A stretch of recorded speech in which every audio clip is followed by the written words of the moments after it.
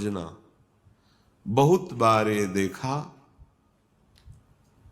कुछ ऐसी वासनाएं होती हैं कई जन्मों की, इतनी दृढ़ होती हैं कि बहुत समय तक भजन करने पर भी, ये जब तक भगवत साक्षात्कार नहीं होता तब तक ये बनी ही रहती सूक्ष्म रूप से।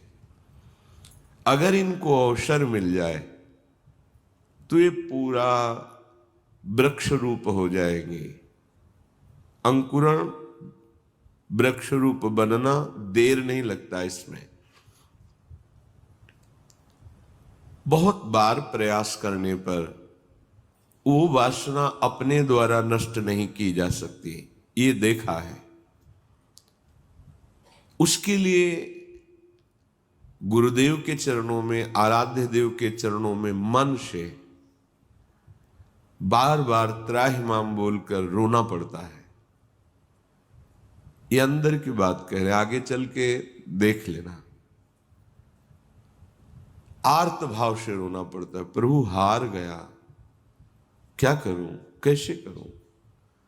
चाह नहीं है पर वासना है।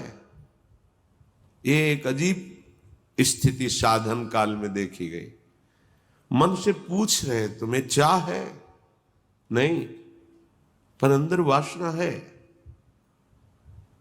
बड़ी अशांति का अनुभव होता। कैसे दूर होगी, क्या किया जाए। जो करना चाहिए वो तो करके हार गया। फिर भी वो जब हार गया तब पूरी दृष्टि प्रभु के चरणारविंद की तरफ गई। पर धैर्य पूर्वक, ये अनुभव की बात कहते हैं, बहुत काल तक तुम्हारा विश्वास, तुम्हारी श्रद्धा, तुम्हारा धैर्य टूटना नहीं चाहिए। कि हमने सैकड़ों बार प्रार्थना की, इतने वर्ष से मैं जल रहा हूं लेकिन मुझे शांति नहीं हुई, मेरा विकार नष्ट नहीं हुआ। धैर्य, ये शब्द याद कर लो। धैर्यवान रहना, विचलित मत होना, परिणाम में बिल्कुल निर्विकार हो जाओगे। पर वो कितना समय लगेगा ये प्रभु जाने। वो एक सेकंड में भी हटा सकते हैं।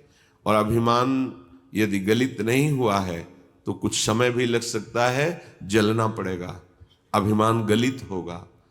जब आर्त भाव से पुकारोगे तब निर्विकारता की स्थिति प्रभु दे देते। फिर विकारी भोगों के बीच में रहने पर भी